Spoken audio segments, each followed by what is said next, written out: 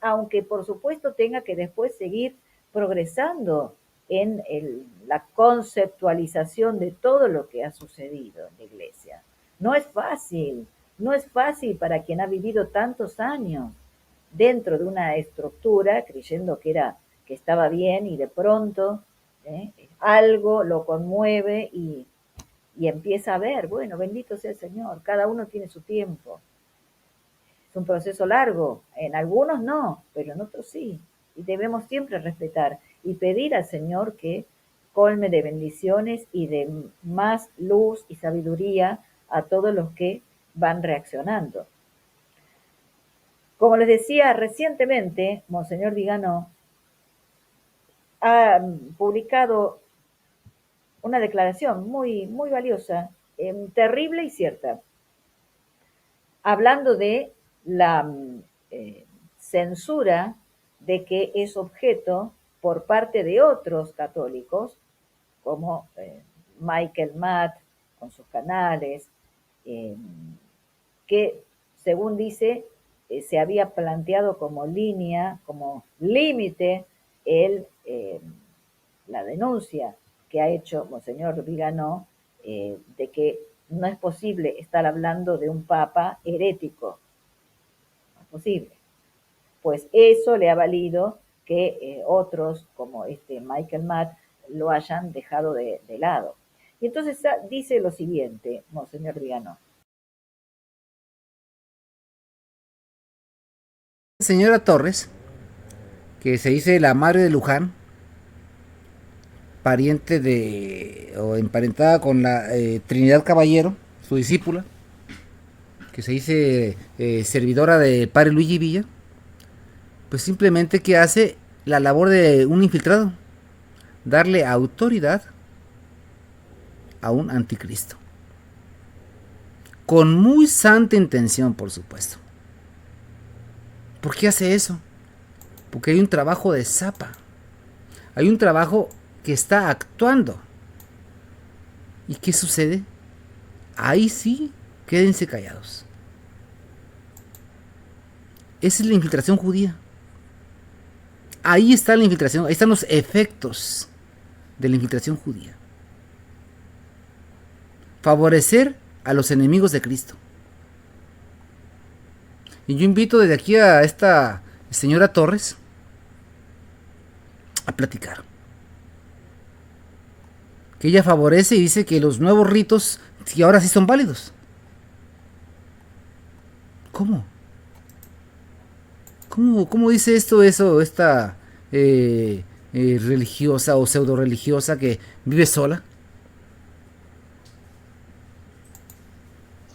Y por eso, al no estar... Y no sé si se escucha, a ver. Es para corregir una apreciación que yo había hecho cuando estudiamos el curso del credo, del Catecismo Romano del Concilio de Trento, y en algunos de los videos que has visto que yo siempre afirmaba muy tajantemente que no hay órdenes sagradas en el Novus Ordo, como no hay sacerdocio. Bueno, tengo que decir que eso ya no es así. Por lo siguiente, hace un año más o menos, sí, calculo que será un año, un seguidor de los canales me avisó que había una reforma hecha por Juan Pablo II en 1989, es decir, una segunda edición del Pontifical Romano, que es donde están las ceremonias de cómo es la ordenación, la consagración de obispos, de sacerdotes, de diáconos.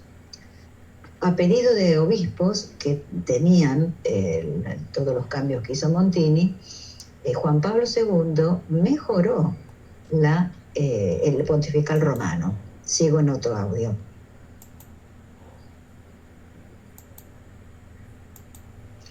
Y por eso, al no estar especificado, declaró que era inválida. Con lo que hizo Juan Pablo II en 1989, sí se ve claramente que se trata de un obispo que recibe el sumo sacerdocio.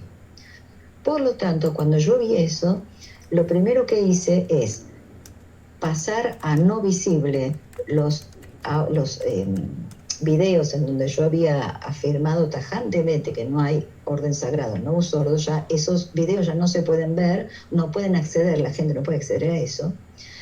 Y le mandé el texto al sacerdote que me había ayudado antes, le dije, mire, yo acá encontré esto y en vista de esto yo nunca más puedo volver a repetir que no hay orden sagrado en el nuevo sordo, no. Haga usted lo que le parezca, pero yo no voy a repetir esto, no más. Así que eso es lo que estoy haciendo, avisando a quienes fueron alumnos míos en ese tema, que me han escuchado, que por favor no, eso tiene que ser corregido. Tenemos que pensar que sí hay sacerdocio. Y hay otra cosa más.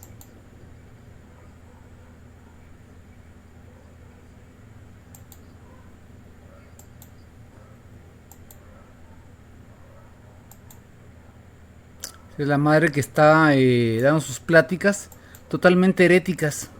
Así que esto abre mucho, mucho panorama. Siempre, por supuesto, teniendo en cuenta, teniendo cuidado de no tratar con herejes, ¿no es cierto? Herejes no. Pero ya no podrías, ya uno podría estar tranquilo de si, por ejemplo, en tu zona algún sacerdote comienza a celebrar la misa tradicional, pues ya no tenés problema para acercarte a él, pensando que será válido o no será válido. No, ya eso no tenemos que pensarlo, ¿ves? Por ejemplo. E incluso más, mira.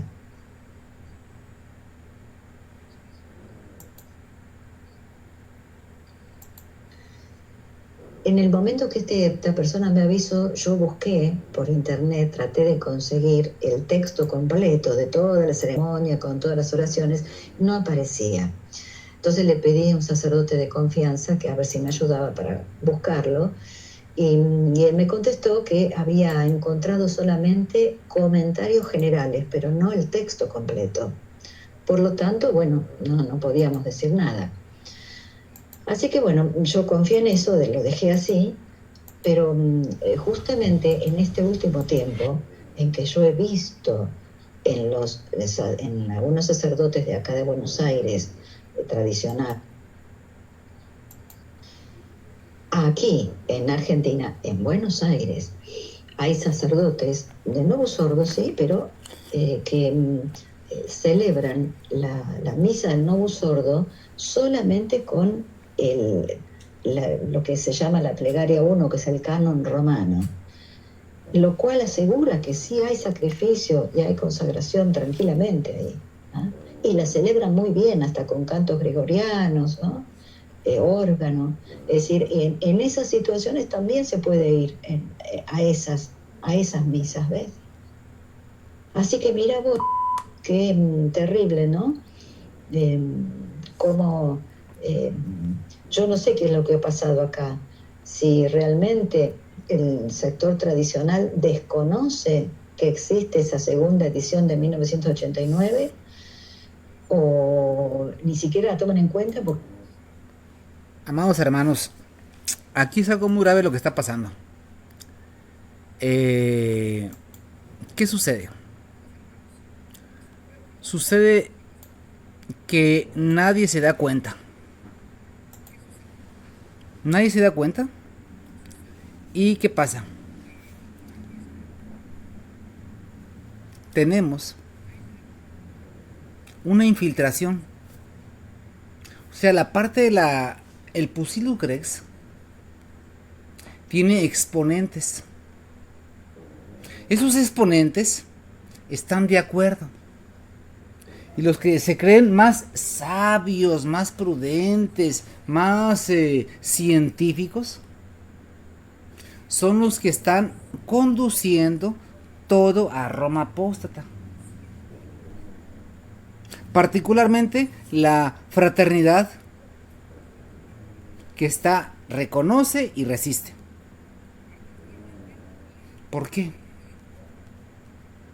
Monseñor Sambor, que está en la parte sede vacante, pero está llevando todo hacia Roma apóstata.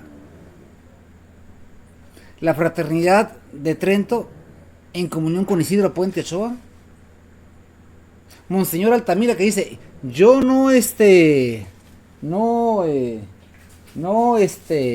condeno la tesis, pero no es herejía. ¿Y por qué no lo escribe? ¿Por qué no lo escribe? ¿Por qué? Porque es el punto débil. La tesis, si se analiza, es una herejía. Y por eso no la pueden explicar. Entonces, ¿qué es lo que desean de las personas? Que se callen, que sean humildes y que se dediquen a rezar. De esa manera es fácil. Sí, aquí el obispo Monseñor Pío, que tiene un problema muy grande en el Molinari, por cierto. ¿Qué es lo que propone? Que discusiones y opiniones. Muchas veces en los ámbitos de la Iglesia Católica, sobre todo de los ámbitos tradicionales, en el ámbito sedevacantista, se le da muchísima importancia a las peleas internas, a las diferencias de opiniones, al qué piensa uno, qué piensa otro, qué piensa el de más allá, y se olvida la propia santificación. Eso es muy importante, la propia santificación. Haciendo eco a lo que dice nuestro Señor Jesucristo, sed perfectos como mi Padre Celestial es perfecto, debemos escuchar esas palabras constantemente y ponerlas en práctica en cada uno de nosotros, porque nosotros vamos a dar cuenta, primero de todo, de nuestras propias almas. Dios nos creó personalmente a cada uno de nosotros. Muchas veces en los ámbitos de la Iglesia Católica, sobre todo de los ámbitos tradicionales, en el ámbito sedevacantista, se le da muchísima importancia a las peleas internas, a las diferencias de opiniones, al qué piensa uno, qué piensa otro, qué piensa el de más allá.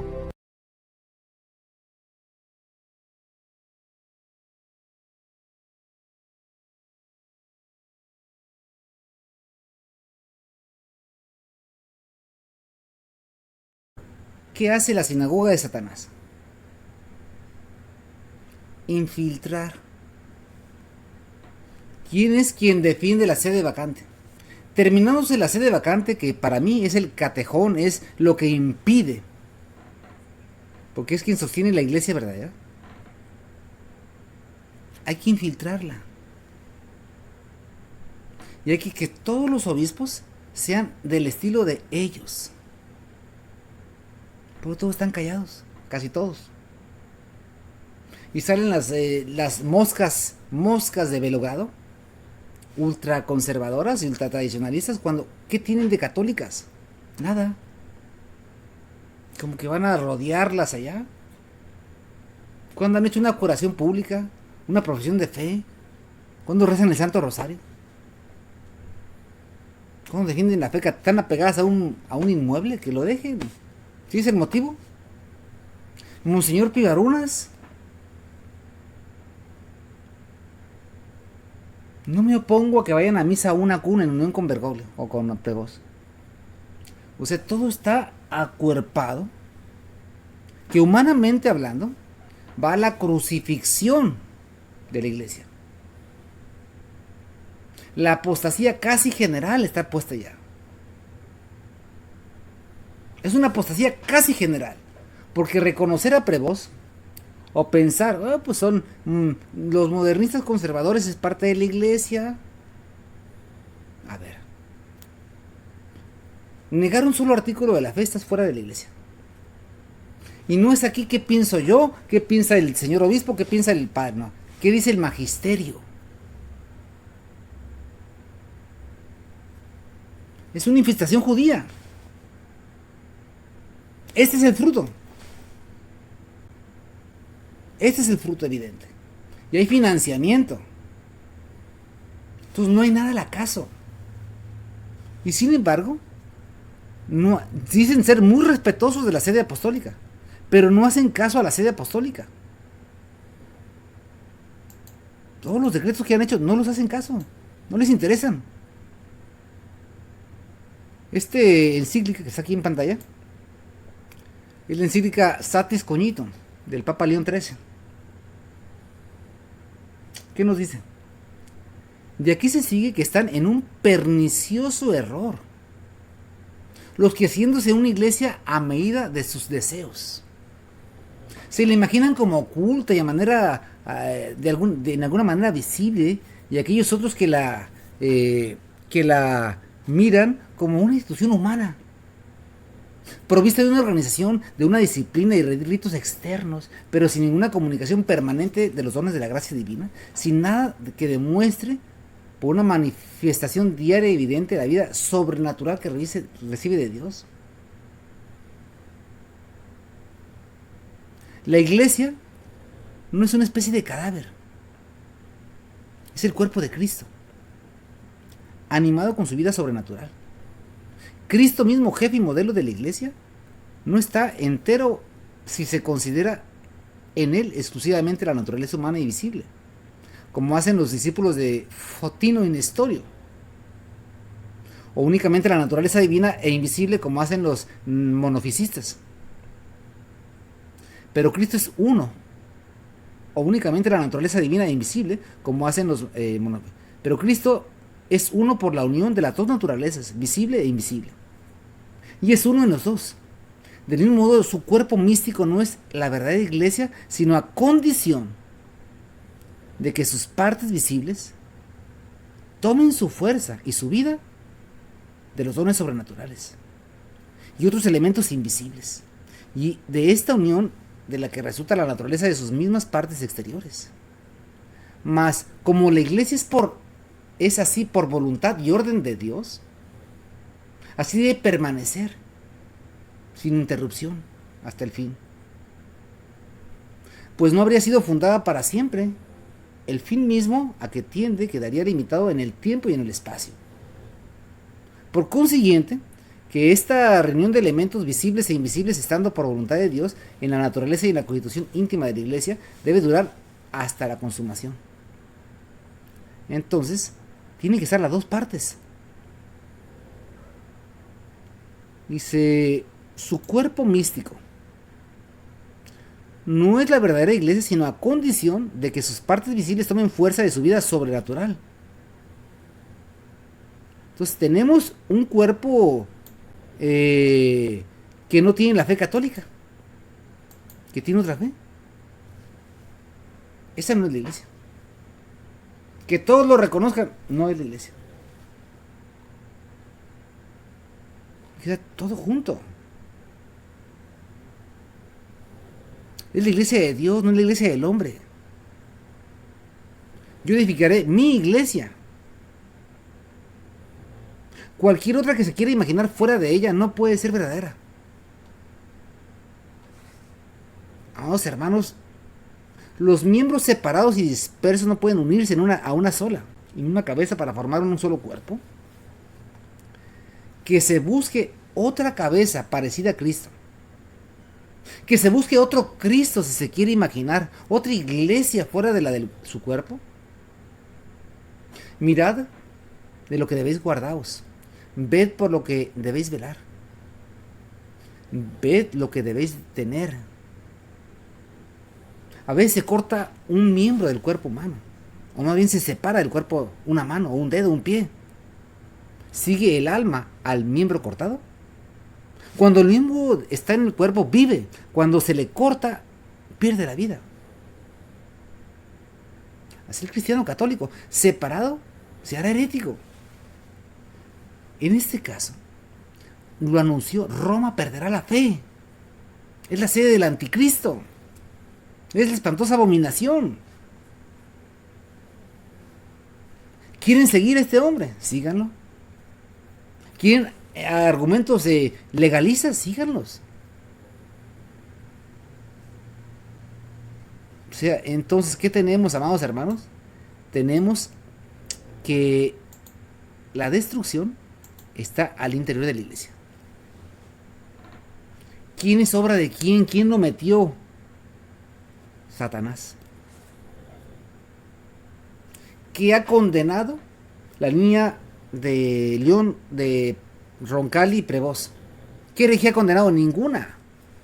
Lo que condena es celebrar la Santa Misa verdadera, cambiar los sacramentos, otra nueva misa. Yo por eso alabo desde aquí este tipo de investigaciones, que agradezco sinceramente en este día, al grupo de inteligencia guadalupano, que ha hecho pues toda una investigación y que no se le va a agradecer porque se les miran como heréticos, los malos. ¿Por qué? Porque se oponen a un obispo Dolan, que es un hereje, perdón, Sambors, y su acólito Maguire. O sea, ¿qué son ellos? ¿Qué son ellos?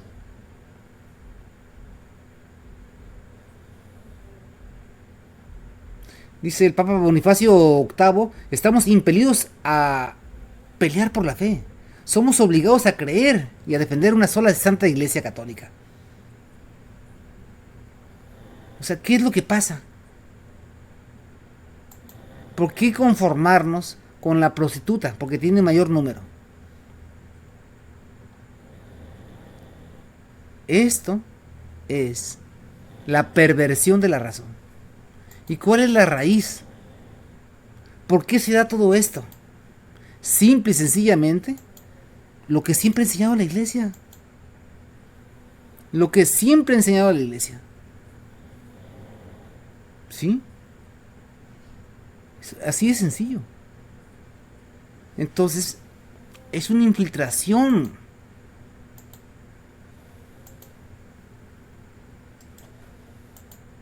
Es increíble que algunos clérigos que se dicen buenos cristianos, pero que más se preocupan por defender al judaísmo que por defender a la Santa Iglesia, se atrevan a sostener, en nuestros días, que el pueblo de Isida sigue siendo todavía el pueblo escogido de Dios, a pesar de todos sus crímenes y de los pasajes de las Sagradas Escrituras, que demuestran qué lejos de ser en la actualidad el pueblo elegido, como lo fue antes de Jesucristo, es un pueblo maldito de Dios por haber caído sobre él las maldiciones que el Señor le lanzó en caso de que no cumpliera con todos sus mandamientos.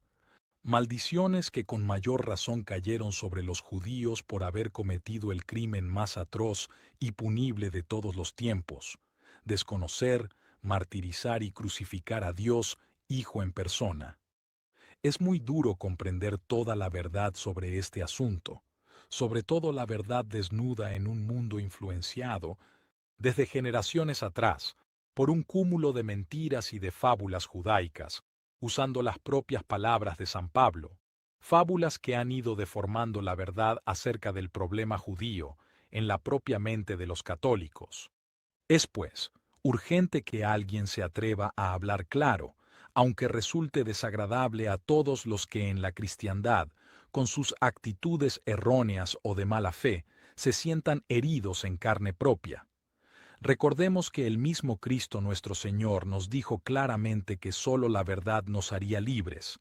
Por otra parte, la palabra de Dios antes transcrita nos demuestra que así como Dios fue enérgico e implacable en su lucha contra Satanás, también es implacable en su lucha contra las fuerzas de Satanás en la tierra. Esto deja sin fundamento los intentos del enemigo de maniatar a los cristianos con una moral derrotista y cobarde, basada en la idea de una supuesta caridad cristiana que ellos modelan a su antojo y cuyo uso prescriben para enfrentarse a las ya señaladas fuerzas de Satanás en la tierra. Moral que contradice visiblemente la actitud combativa y enérgica de Dios nuestro Señor en estos casos. Con los anteriores pasajes del Antiguo Testamento, que contienen lo que Dios nuestro Señor reveló por conducto de Moisés y de los profetas, queda echado por tierra el mito de que el pueblo judío es intocable, que nadie puede combatir sus crímenes porque es una especie de pueblo sagrado, pues ya se ha visto que Dios prescribió los castigos que haría caer sobre él si, lejos de cumplir con todos los mandamientos, los violara. La Santa Iglesia, al dar su aprobación a la política represiva del Santo Oficio,